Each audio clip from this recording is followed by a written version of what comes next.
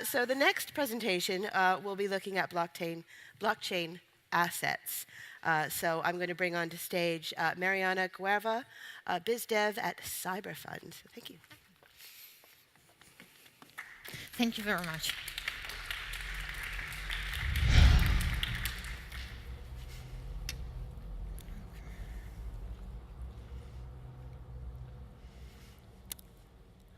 Okay. Yep.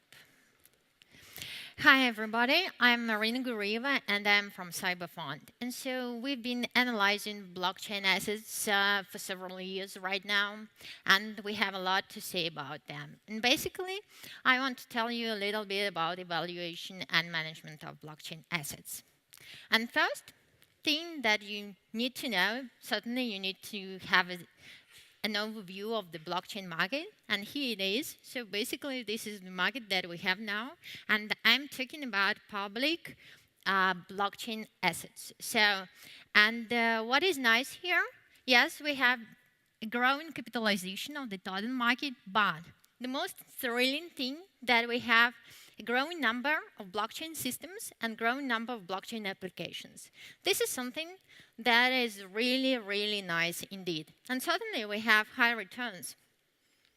So these blockchain assets, for you to understand it better, so basically they are the protocols and they are at the core of the whole blockchain ecosystem. So everything else is built around those blockchain assets.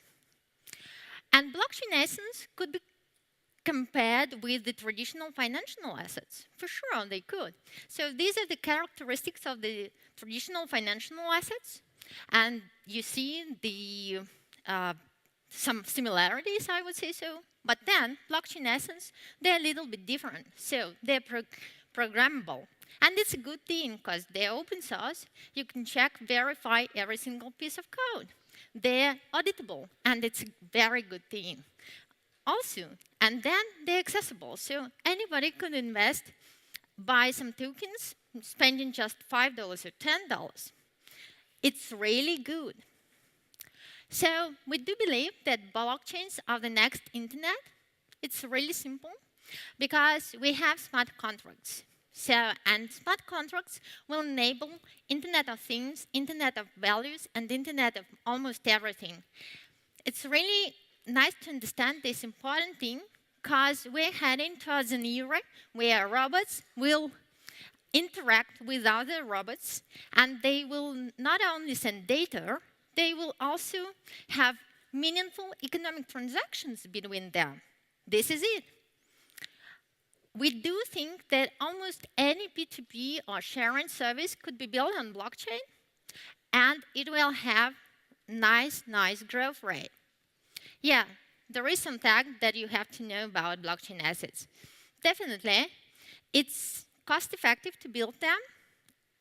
A lot of blockchains, they're general purpose, so you can build on a single blockchain different applications, and it's a nice thing and cool thing. And then they all have economic incentives. It's a very important thing because thanks to the economic incentives, you have decentralization. And certainly there is no taxation. So, a lot of you know about price volatility. Yes, of course. This is Bitcoin price, and you have ups and downs. But then, so this is, in a sense, a startup. And definitely, it is affected by bad news and good news. And it is affected by the levels of adoption. And this is the main trends. And so you see the numbers. And these numbers are really, really great because they show you the level of adoption. And we've been monitoring these numbers for several years, and we know that they are growing. Ethereum, another example. So the price situation is similar, ups and downs. But then you have really, really nice fundamentals. And then the numbers are growing.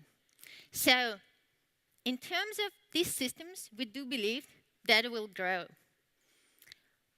What about the evaluation of those assets? In 2014, when we started investing heavily in different blockchain assets, so we came up with our own methodology to assess them, because definitely you need to understand those blockchain assets if you want to invest in them. So and there are simple parameters which you need to think about and which you need to check. Basically, you need to look at a team, you need to look at the white paper, you really need to verify and check the code. ICOs. This is a nice thing, but then, so you have a lot of ICOs happening now. They're good, so people just collect money and then they build nice products. However, you need to evaluate ICOs as well. So and for these, you need to understand the same basic parameters. You need to understand what a team is behind, what a white paper is about, and then you definitely need to check the code. So this is a slide with different blockchains, with their price charts. Definitely, there are ups and downs, but when you are investing in blockchain assets, basically you are dealing with startups. Yes, they do have liquid tokens, but then they're startups. So if one of the founders just goes away from a team, so you have a problem there. This is it. It's nothing more than a venture investment. And you should understand this if you want to invest in these assets. Okay, if you don't want to invest by yourself, so there are definitely some other options in the market. So you can invest via traditional instruments. You have here Bitcoin Investment Trust Fund, and you have Bitcoin Fund. So these are traditional funds. Then you have a nice alternative. You have the first blockchain-based investment fund like Satoshi Fund. So, and these guys, they do the whole thing on a blockchain, and they invest only in blockchain assets, and they're doing it pretty good. This is it. This is something that you really need to know and to understand, and you definitely should try to invest yourself, by yourself, because otherwise it's like, oh, knowing something but not doing anything. Thank you very much. If you have any questions, I will be glad to answer them.